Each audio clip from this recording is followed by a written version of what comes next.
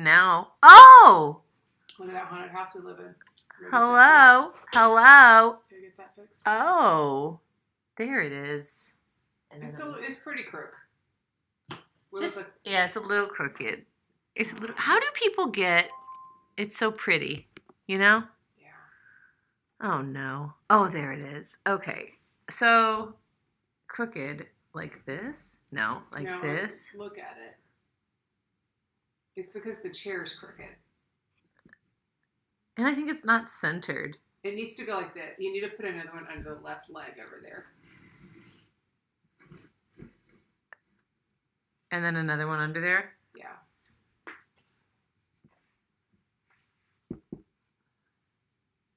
Better. Maybe the back leg?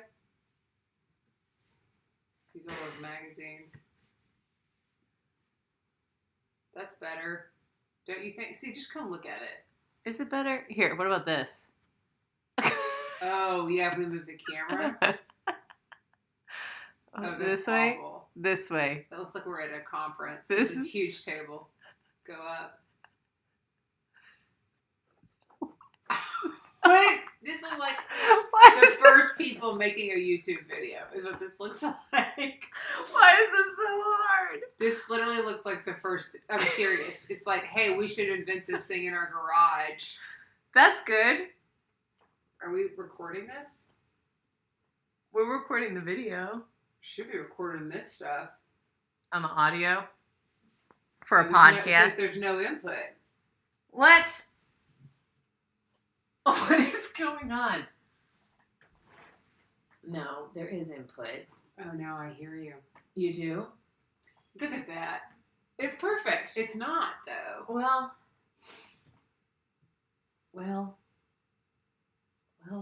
It looks pretty bad. I mean, the yeah. den is cute. The what? Your den is cute. It's the rest of it. It's like the people in it. We also have to turn off that lamp over there because it's reflecting things. Yeah, we do have to turn that off. And also, why isn't this audio? What's going on? I don't know. You know what I gotta do? I'm gonna do this. You're not recording? It's not recording. Let me look at my desktop. No. That's not it. It's the microphone. That's like one mic. Did you pull something out? Well, I did, I think, but then I put it back in. What's up? I don't know.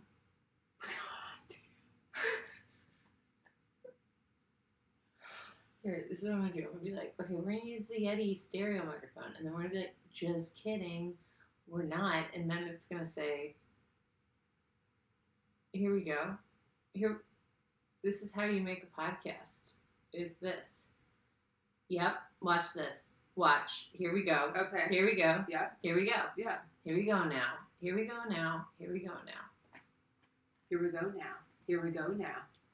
Recording audio. Okay, but this is the situation. It looks like things are going to slide off the table. How do I... Okay. Yeah, I don't know if that... That's better. That's better. But can you turn that lamp off? Uh-huh. Hey, guys.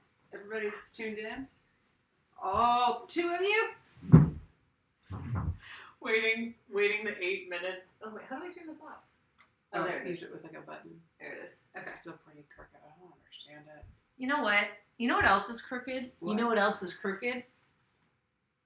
Laws. Suits. Yeah, lawyers. Lawyers are crooked. Are crooks.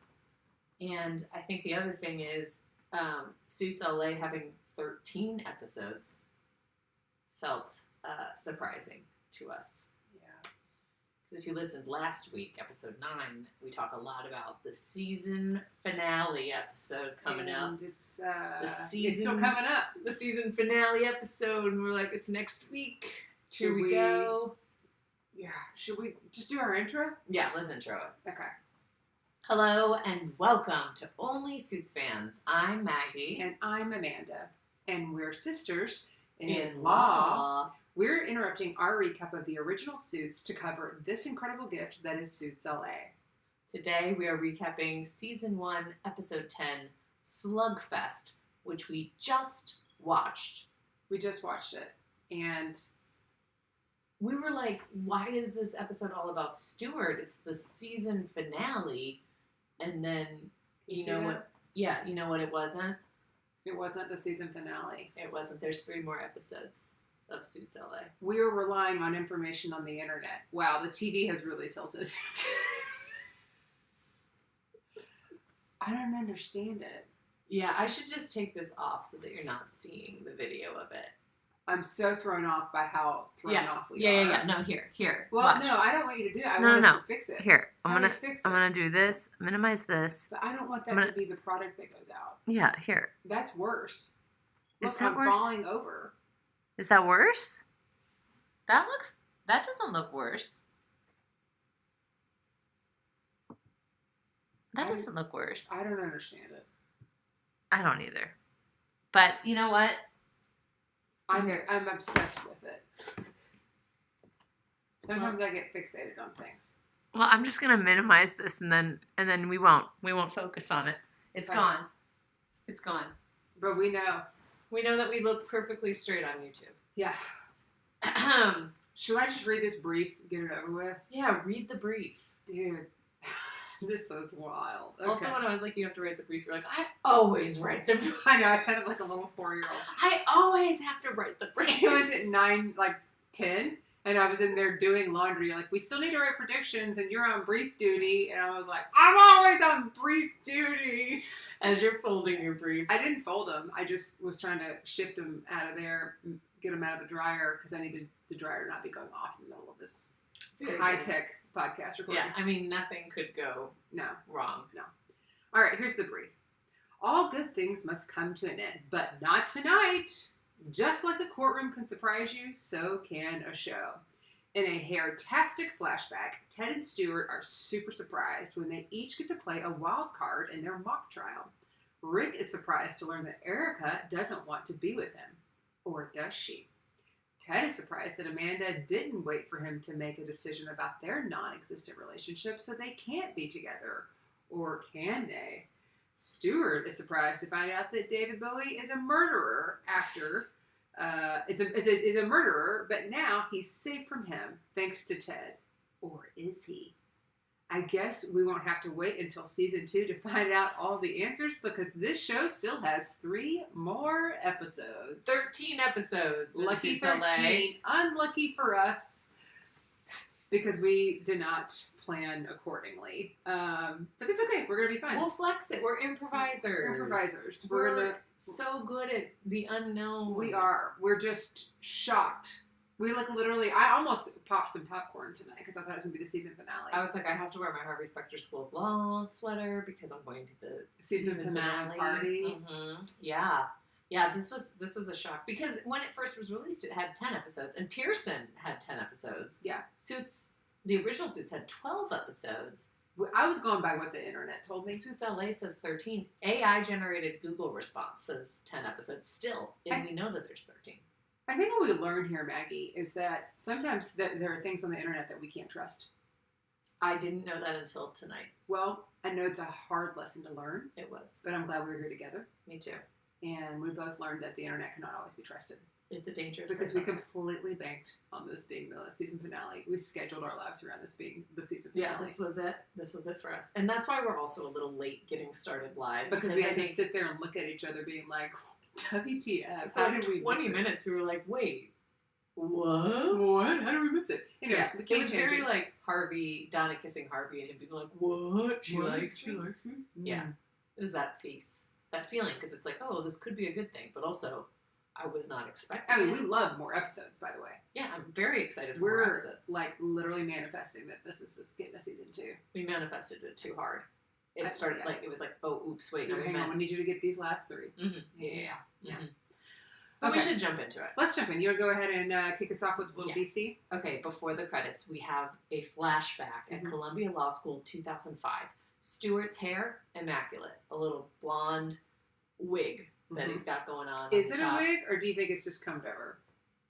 I mean, I think that is a wig for the sake of, costuming and wardrobe and makeup, hair and makeup. But I think we're supposed to be led to believe that he had a full set of hair in 2005. And that he dyed it blonde. Okay.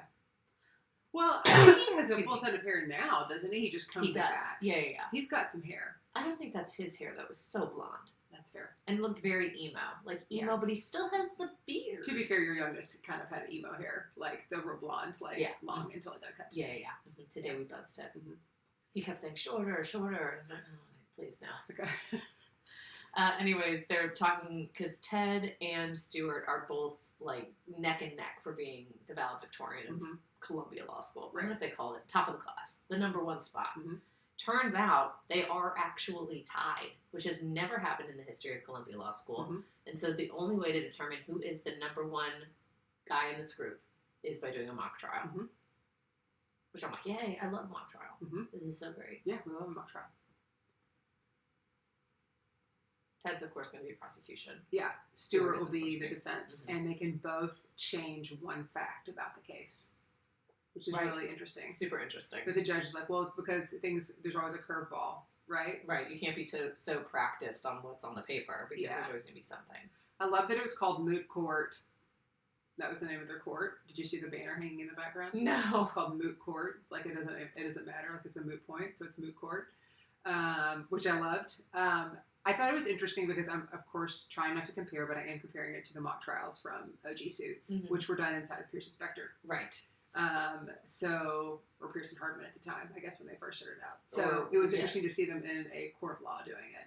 Yes. You know? Yeah, but it was still the dean was sitting as, right? It was still like all Columbia Law School students, but it looked more professional. Good to give them that experience, especially just being in the library. So you're not like shocked like when Mike went in to go up against Vivian Tanaka. His first case. If you haven't ever listened to season 1, episode 4 of our OG Suits, that one is a pretty good one. Pretty good. Vivian to knock you out. Vivian to knock you out. Stuart is staring into space in his kitchen. He's wearing his ass-kicking tie, and this is present day, and his wife is analyzing him, and Stuart tells her how Isaac told him he's responsible for that woman's death. And she's like, well, maybe he's saying that because he feels responsible, because she's a therapist. Right. So she's actually a very good therapist. Yes. Not like Paula. Right. And she's not taking on Stuart as a client. They were in a relationship, and now she just happened to be a therapist. Yeah.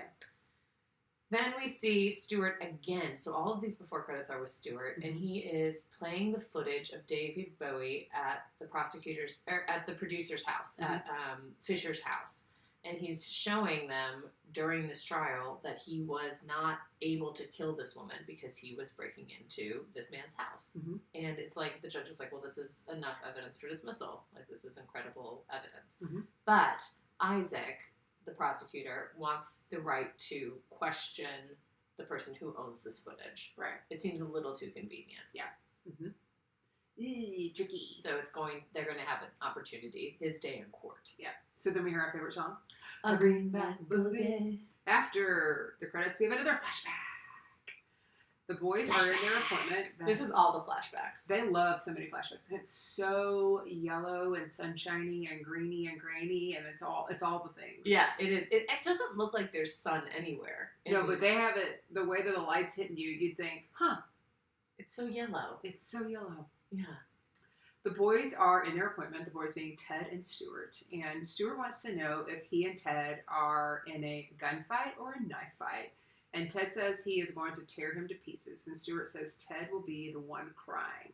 Ted asks if Eddie can play the brother in a coma because he wants to let Eddie feel like he's a part of things and just kind of include him. He's a good big brother. They almost do the thing before they're on opposite sides, but they don't. So we don't really know what the thing is. We're like, oh, is it a can opener? Is it a corkscrew? Thank you for the can opener. You're welcome. You're welcome. I thought it meant it was a can opener because it was necessary, but also symbolic. It's symbolic. Yeah. Then we see also in flashback, we'll just do all the flashbacks ahead of time. So Stuart is then asking his future wife, Helen, to play the part of the therapist because she is going to school to become a therapist in the mock trial. And she really doesn't want to, but he wants her there because she was in love with a guy in high school who was good at debate. And he wants her to love him in the same way. Yeah. And see how good he is at mock trial. Right. Then there's an opening statement in the mock trial by Ted saying that this trial will be short, but then Stuart moves for a directive verdict. He calls the father of the man on trial, and it's Ted's real father. Or his daddy. His daddy. His dad admits to being the one driving, and Ted is pissed because Ted hates his dad, and he's calling the calling the father the person in the coma. And if Eddie's playing the person in the coma, he calls his real dad. It's so meta. It's so like, yeah. It's just like Donna being interviewed by, like, it's just all too much. Yeah. And it's also not Stuart's surprise, right? This doesn't count as Stuart's one surprise twist because he's just saying, no, I just picked this actor and it just happens to be his dad, but like he's doing what would happen in a real trial. Yeah, dude. Yeah. So then we see the boys back in their apartment. Oh, nope, that's not what we see. Then we see Ted's daddy saying that he is doing this to see how Ted handles this conflict. And he's basically like, your mom raised you to be a weakling. And so I'm here to show you how to be tough and how to be a man and how to not be so wimpy. So suck it up and like defeat this guy. Be number one, you big baby. Eddie, Eddie doesn't like this. No, he's like, stop fighting. Yeah, and then Ted switches things up and makes his dad the new client as his change.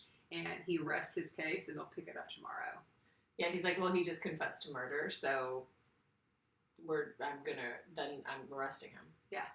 Oh, man. That was pretty good. That was pretty good thinking on his feet. It was. It's also, like, interesting that they got to pick the one thing they wanted to change, because then that means they're looking for tons of other ways to stunt people without even doing a change, is what it felt like. Right. Which I guess is actually probably how it is. In real life. Yeah, in real life. Yeah, it's also, I was thinking about in Suits with Oliver and how he gets so frazzled when he's in trial, or how he was originally really so frazzled in trial. And it's like Ted and Stuart are so quick on their feet and they're not frazzled. Yeah. They're like, this. So really good prep and clearly shows why they're the top two guys in this class. Absolutely. So then we see Stuart and Ted in the apartment again. And Ted compares his father to Adolf Hitler. He's like, he was a really, really bad dad. Yeah. And then he wonders, like, out loud, like, Stuart, how would you feel if I did something like that to you? And Stuart's like, well, you'd be doing it to win. Like, you'd be doing it for your client, for the case. So I would understand. And Ted's like, that's so messed up. Which is interesting. Deposition. Where do you fall in this? What do you mean? It's like a mock trial. And you want to win. And also, like, it's all made up, right? But it's having, like, real-life personal consequences. Where do you fall? What would, like, whose side are you on here, Ted or Stuart's? Oh, I don't know. I don't know whose side I'm on. I could argue both ways are right and wrong. Yeah. I think what sucks here is that it is all fake, but, like, there's some pretty strong egos here that are getting in the way of this. Yeah. And they're competing for who's going to be number one in their class. Right? But it's like, does that really matter? It matters then. Yes. Yeah. So it's one of those things where, like, it doesn't matter. It's kind of like, oh, crap. Like, I was mad when, like, I didn't get all A's. Right? It doesn't matter. Nobody has asked me, what was your GPA? Exactly. Nobody has asked me that. But you, in the moment, it was like, this is important to me. This was important. It was also, like, more something, like, I wanted to achieve, right? To, like, redeem myself from undergraduate work, which was subpar. And I don't even know how I got out of Texas A&M University. But in the moment, it mattered, and it mattered to me. But, like, everybody else is like, who cares? And I'm like, well, it matters to me. I think that's how it is with them. Like, it matters to them in the moment. Yeah. It's just interesting to see, like, well, we know how it ends, but, like, what they're willing to, like, almost sacrifice in order to win. It's kind of like, too, Harvey is always, like, willing to do whatever it takes for his client, but he always tries to find a way to not sacrifice the relationships of the people around him. That's fair. And same with, like, Mike Ross, right? Like, it might seem like he's sacrificing the relationship, but in the end, he redeems them in some way and makes it good for everyone. And it's like Stuart is willing to do whatever it takes for his client, which is like who you want as a lawyer, of course. But he doesn't care about the fallout because he's like, you should understand. We're all in law. You should get it. Yeah, would be the hard part of being a lawyer, because if you're like also up against somebody on the other side that you know, trying not to take it personally, right? I think they do take it personally. My dad's told me stories where he's watched, like, because we just had, like, a lot of friends who were lawyers, or my parents did growing up. Yeah. And how, like, sometimes he would just go and watch them in court, or, like, he was, and how he could see like two really good friends go at each other. Yeah. And then they just walk out the door and shake hands and drink go a beer. lunch. Yeah. Yeah. And he's like, it was just fascinating to watch. Because that's the game. Like, that's why I think I could be a good lawyer, because I'd of course get like frustrated and mad, but I don't think I would take it personally much longer. If I beat you in the court of law, you wouldn't take it personally? No, I'd be like, dang. You wouldn't let me. Yeah. I'd be like, I know dang, you would not let me. Dang, good thing I've got an appeal. You're like, I got 17 appeals. Good thing I would have drained your bank Good account. thing your initials are Amanda Appeal Austin, because get ready, I'm taking you to court. Again. You won the battle, but who's going to win the war? Yeah. But do you want to come over for dinner? But yeah, come on over. It's Easter. Okay. Let's see. Where are we? We are at Stuart questioning his girlfriend Helen on the stand. So we're back at mock trial. Yeah. So Stuart is questioning his girlfriend Helen on the stand, and she says, "What father wouldn't lie to protect his son?"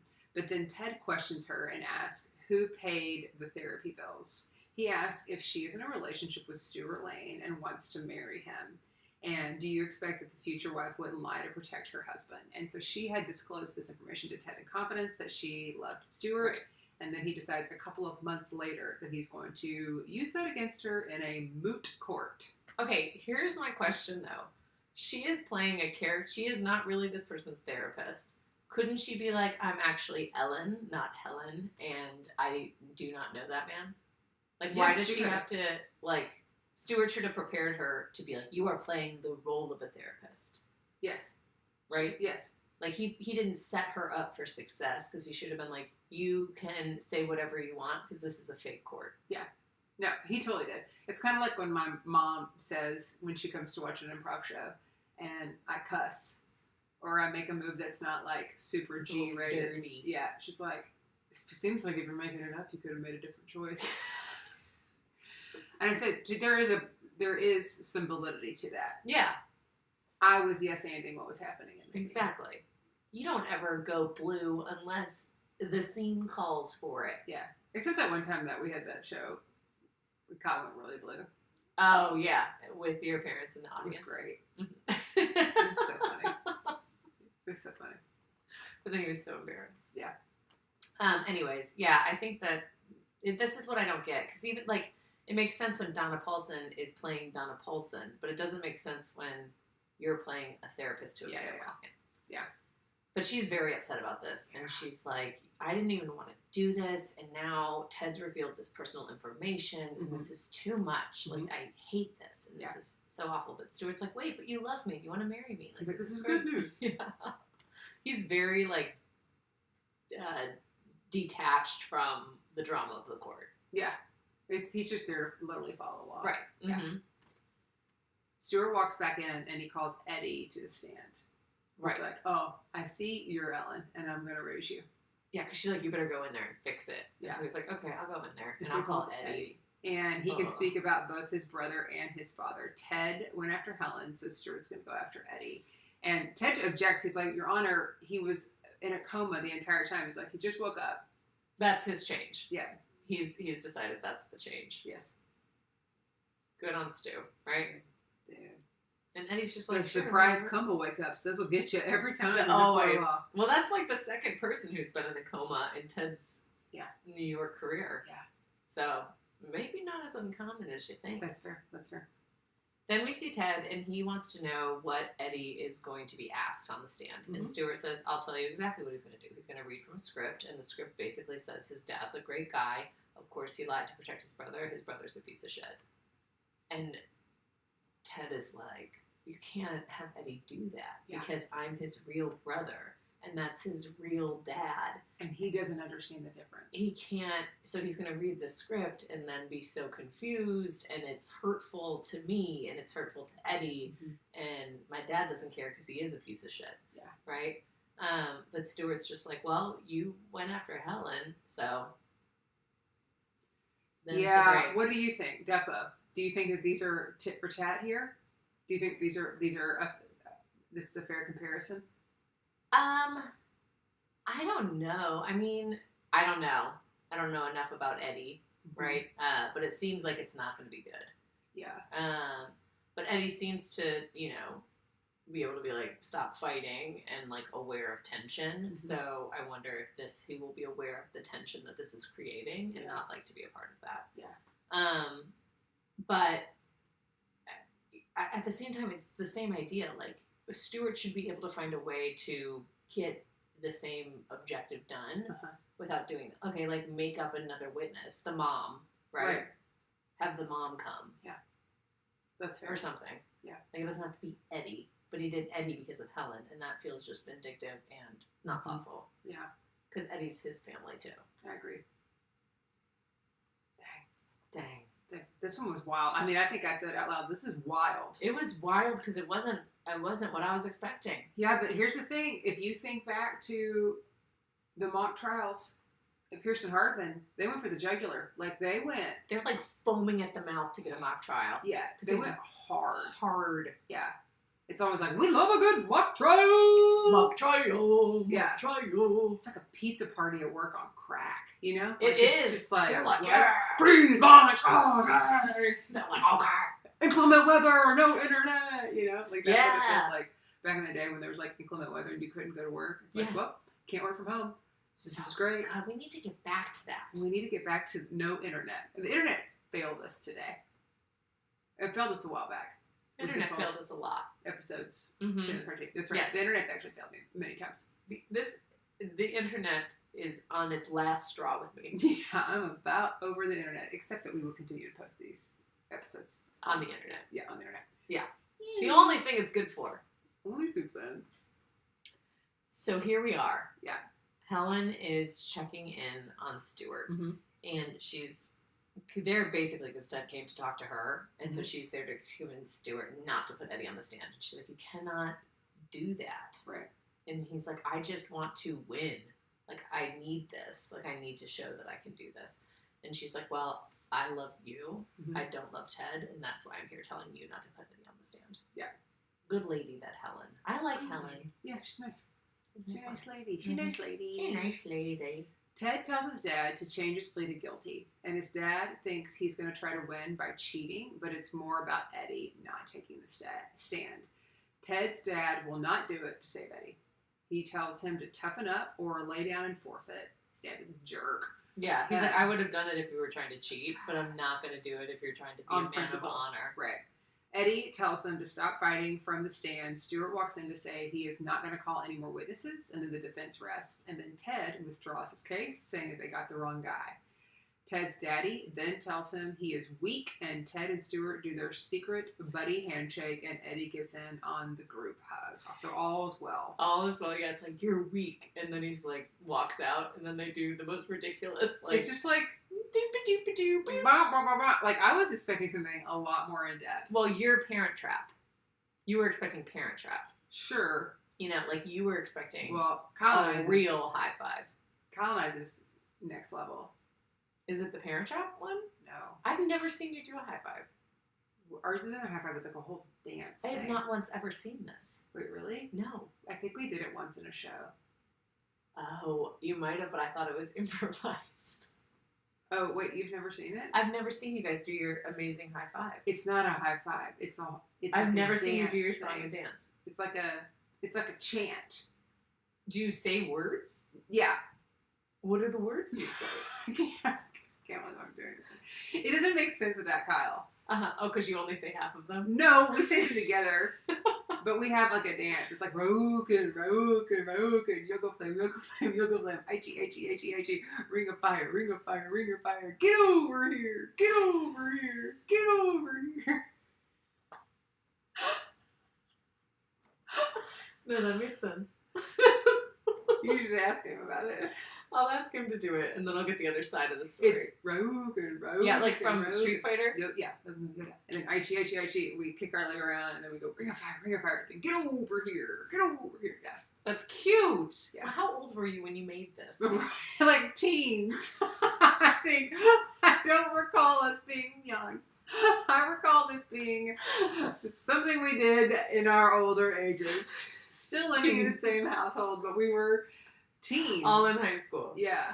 That's even better. I'm pretty sure we were at least teenagers. Mhm. I don't remember this being an elementary school thing at all. No. You wouldn't have been doing Street Fighter references in elementary No, school. no. This had to be high school. I think it was like high school. Yeah. Middle school, high school, yeah.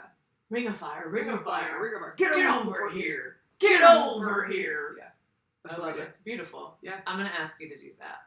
Okay. Live. With him? Yeah. Okay. For me. Mm-hmm. Thank you. We'll do a video of it and you can post it on the Instagram. Or show notes. There's in the show notes. Yeah. There it will live. There you go. All right. Okay, so here we are. We're back to the flashback. We need a handshake, though, by the way. We do. We need a handshake. I was like, get this footage, capture it, put it on the web. We need a handshake. We need one. What would our handshake be? It'd be, should we clap? And then we'd go like, oh, we forgot to clap. Oh, should we? We'll clap at the end, and I almost said rub it back in. I'll edit it back in. I'm not gonna rub it back in. This is so spiraled. I am so drunk on this non-alcoholic drink. It's called Mingle, brought to you by Mingle Mocktails. Oh, wait, you know what? Oh my God. We have a fake sponsor. We do? Yeah. Okay, our neighbor, our friends, Anna and Ryan. She accidentally ordered 4 cases of Dark Horse Rosé. Oh, really? Yeah. And some things you should know about Dark Horse Rosé is it gets a bad rap, but in a blind taste test, people thought it was valued at twice the price of what it actually goes for. So she is marketing this summer as the summer of Dark Horse. Okay. And she said we can advertise that on our podcast. What do we get for it? I think we could possibly get 1 to 2 cases of Dark Horse Rosé. Okay. You can have all of it. Yeah, well, it's honestly very good. Is it so bad that it tastes No, it is. non-alcoholic? No, it is actually good. Okay. And I did not have I had 3 glasses and I felt fine. Okay, so Like this is brought to you by Dark Horse Rosé. The summer of Dark Horse. But also non-alcoholic IPA. Mm-hmm. I just love the summer of Dark Horse. I was like, that's actually good. great. What are we, a challenge to ourselves is to go off on our own, think about what a good handshake would really be for us. Yes. And then come back in season 2 and open up season 2 Suits LA with our secret handshake. I think that's great. It'll be remote. So we have to come up with something to do remotely, like more like hand gestures. Yeah. Like something. Yeah, I'll just go to the camera. Get over here. Get over here. We just pop up. Yeah, okay, I'm inspired. Okay. Let's cut to this scandalous one. Oh, goodness, I didn't know how much we had left. Okay. So scandal. David Bowie. Not the show, but also excellent. Excellent show, but this show is also excellent. It suits LA. Mm-hmm. If you tuned in thinking this was Scandal, wrong pod. Mm-hmm. So we are now with David Bowie, not the real David Bowie. Mm-hmm. He's on trial for murder, but there's this tape, this whole deal. And Stuart, his attorney, is great. Yeah. Rick goes to see Erica because she does not want Greg Fisher, the producer, to have to air all of his dirty laundry, talk about this sex tape, talk about who the sex tape is with, all of this. Because the sex tape is with a woman who is married to the head producer that does all of his films. Right. So that would be very, very bad if that got out. And Rick's like, well, why don't you just go to Stuart? And she goes, because Stuart, I used this as leverage to get this artifact back from my mom, this art piece. And Stuart took it from me in a real shady way. Yeah, it's so weird they're like not telling why. Like they really drag they do a lot of that, like, this thing happened and we're not going to tell you how. And they almost did it. It almost felt like there's going to be a flashback. Almost. Because she just sat there and looked and I go, oh, flashback. And then it wasn't. It wasn't one. Mm-hmm.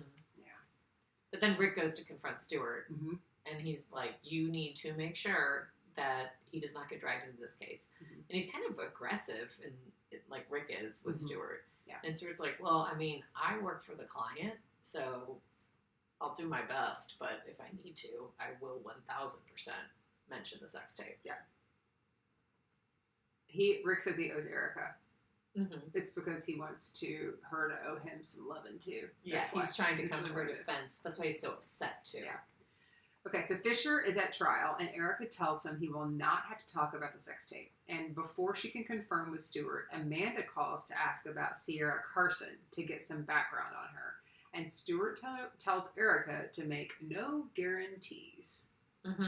Yeah, she's like, I gotta go because I gotta talk to Stuart. Stuart, please don't do this. And he's like, Like, he says the same thing he says to Rick. Yeah. He's here for the client. Yeah. So then Fisher is on the stand, and he admits to not having called the police after the jewels and the necklace and the money was stolen.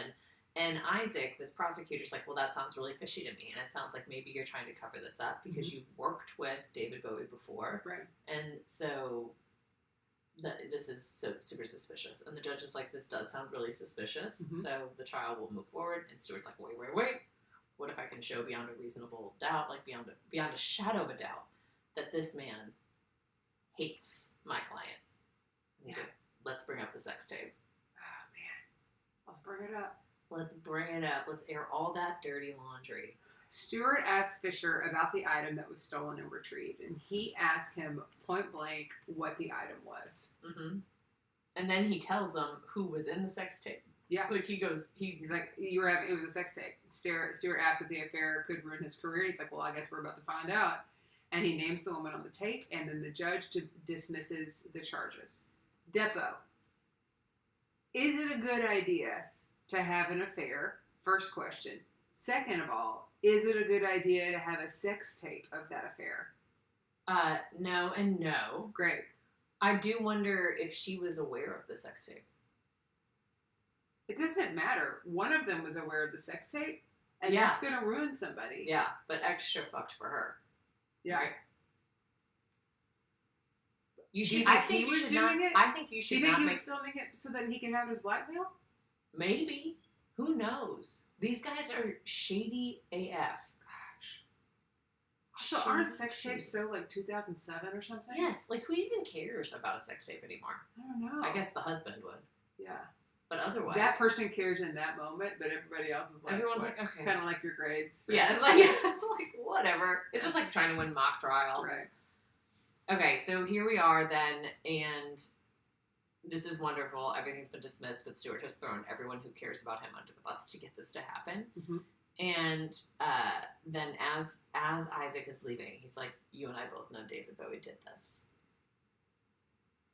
Mm-hmm. And he kind of like whispers it to him. Mm-hmm. Wait, where are we on this? Well, then now Stewart's reviewing all the footage. Oh, yeah, he's reviewing the footage. Mm-hmm. And he's realized that the footage is doctored, and he believes that David Bowie did murder the innocent woman. And he's, like, upset, like, verklempt, if you will. Which also, I thought it was weird when they showed the footage that David Bowie would take his mask off right in front of the camera. Right.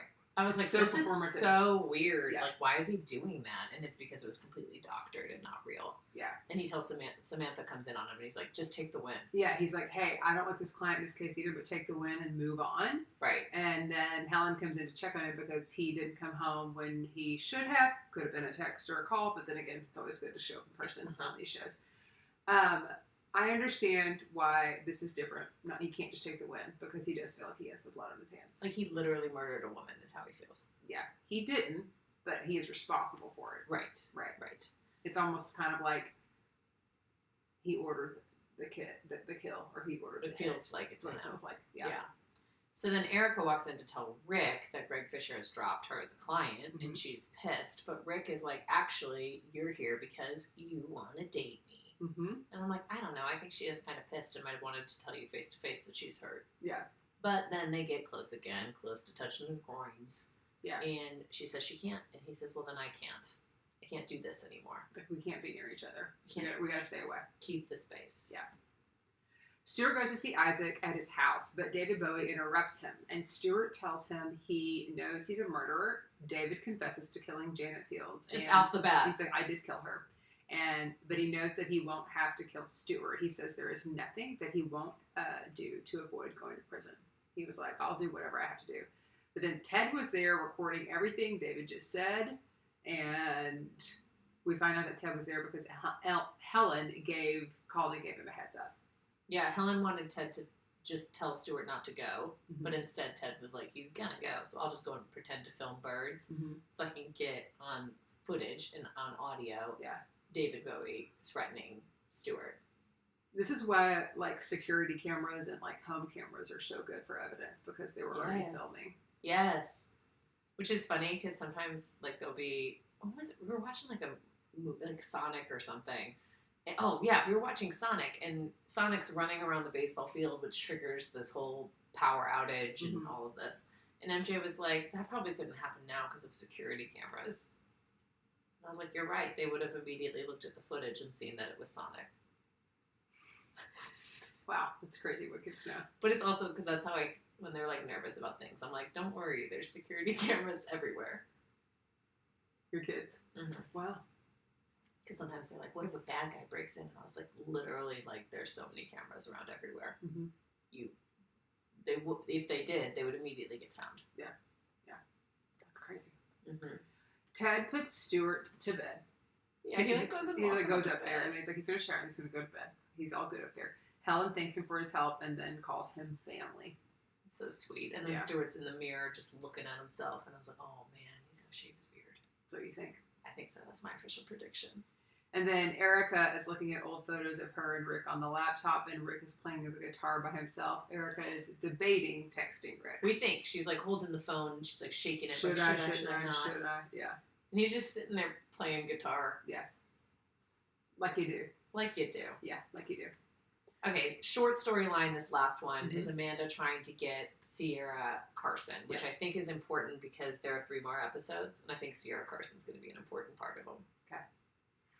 So Amanda is not willing to have this conversation with Ted about taking over defense or like having a relationship. She's already decided she's going to be leading. Because he went to New York for a week, and he didn't call her or talk to her or anything. Right. Yeah, so she's like, okay, well, actions speak louder than words. So I'm taking the job. Yeah. I'm doing this. Yeah. And she's like, oh, I have this potential high-profile case, and she shows it to him, and he's like, great, but she has not actually signed Sierra Carson. Mm-hmm. So Ted's like, well, then we're already off to a bad foot because you should actually have her signed already before you even present it to me. He's kind of a dick. Yeah. A little snippy. A little bit. Amanda interrupts Sierra Carson's trial to file a motion for her, and then calls her court-appointed attorney incompetent. She is in a conservatorship. I always have a hard time with that word. Conservatorship. Yes? Conservatorship. Conservatorship. Conservator. Conservationship? It's conservator. It is conservatorship. Amanda was also emancipated from her father, so she gets it. So that's how she woos Sierra over to become her client. Yes, because Sierra's like a famous actor, pop star, or something. Yeah. But she has this court-appointed attorney because she is under the impression that she has no money. Right. And Amanda's like, that's not true. Mm-hmm. So come with me. Come on, girl, you got it. Come on. It was so dramatic. I love Amanda. I know she's my favorite one. She's my favorite. Mm-hmm. And this was so Harvey Specter. Mm-hmm. Just show up and do the right thing. Yeah, she's so great. She's great. Yeah. So then Amanda presents Ted with what could be a really flashy press release because she has officially signed Sierra. And she has a good relationship with her stepfather. Because when this happened, we were kind of like, I thought she was like an heiress, right? That's her stepfather. Okay. Her biological father is a different story. Okay. Not a good relationship. Okay. So they both kind of apologize to each other for being a little snippy and all of this. And she says, this is how it has to be for now. Yeah. You know, like, we're not going to double dip. Yeah, because he had said, I kind of had my feelings hurt. Because, he seemed upset that she just decided to go ahead and move on. Mm-hmm. And it felt like he was coming in earlier in the episode to tell her, hey, maybe we should be together. In a relationship. Yeah. Right. Yeah. But it was too late. Yeah, it was too late. But she also had her feelings hurt. Yeah. But they have to kind of just play it cool for now. They're going to play it cool for now. And then Samantha pours herself a glass to drink by herself, and then Ted walks right by Amanda sitting at her desk in the office. Which is kind of setting up for your prediction of these 2 women that Ted is going to have to choose between. Yeah. And I made some predictions here about it, but I also, as I was typing it, I was like, this could actually go completely the opposite way, so I just want to save that for the record. Sometimes that's how predictions feel. Yeah. It's like this, it's going to be one of 2 things. Yeah. Right? Speaking of, it's sometimes hard to know what those one of 2 things are until you actually get to prediction time. Right. So I was wondering if you would want to go with me. Let's do it. All aboard! Choo, choo, choo, choo. It's Whiskey's favorite part when we get off the train. He always looks up, but he's like, you ladies. He looks up. Okay. Enjoy your travel. Okay, here's my first prediction. I think there are going to be 3 more episodes of Suits LA. Okay. Okay. Calling it crazy. Okay. I also think that Sierra Carson's case is going to be huge. I think it's going to be like the Free Britney coded, right? Like the okay. conservatorship, this pop star who doesn't know like how to navigate the court system, Right. all of this. And I also think this is how Louis Litt comes in, which I predicted. I think Louis Litt is representing her father in the financials of the conservatorship. Oh, interesting. We'll see. Okay. All right. Love it. And then I also think that Stuart, when he's looking in the mirror, will buzz off his beard. Okay. You're just in a buzz mood, though. I've been buzzing heads all day. I buzzed both boys' heads. Because, like, Arthur wanted his hair off of his forehead. And so I was like, well, we can just slick it back. But he's like, no, I want it cut. So I started to cut his hair. Then Robbie was like, I want my hair cut. And then they just kept going shorter, shorter. So we just buzzed them all. Okay. And then MJ was like, I want a buzz head. And I was like, gosh, I just think you need to sit on that a little bit. Yeah. I was like, because this is like, and I don't mean to put gender stereotypes on things, but I was like, we are going to be moving.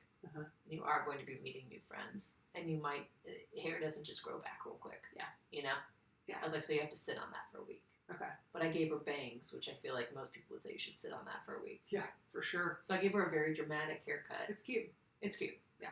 But it's not buzzed. That's fair. But I think it's fine. That's fair. She promised me that, well, she was like, no one's even going to notice I got my hair cut.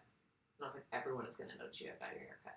And she promised me that if no one notices that she got her hair cut, then I can give her a buzz cut. But if people notice she got a haircut, then she'll keep it as is. Okay.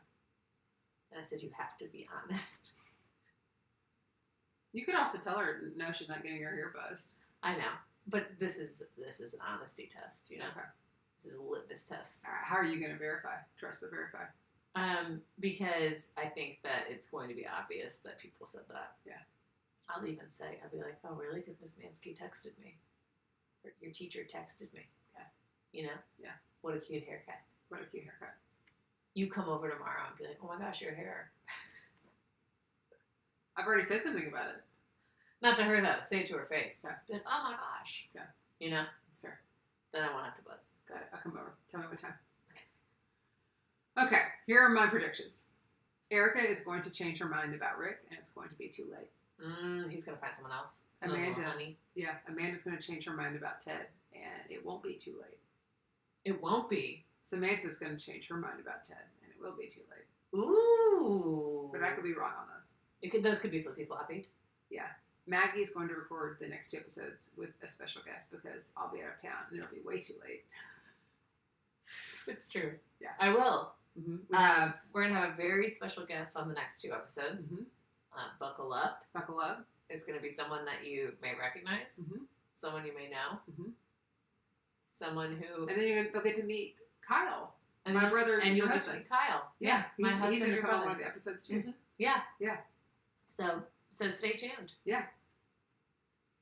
Because we got 3 more episodes. 3 more episodes. I'll be back for that season finale. I'll be back, baby. I'll be back, baby. Should we clap? Yeah. 1, 2, 3.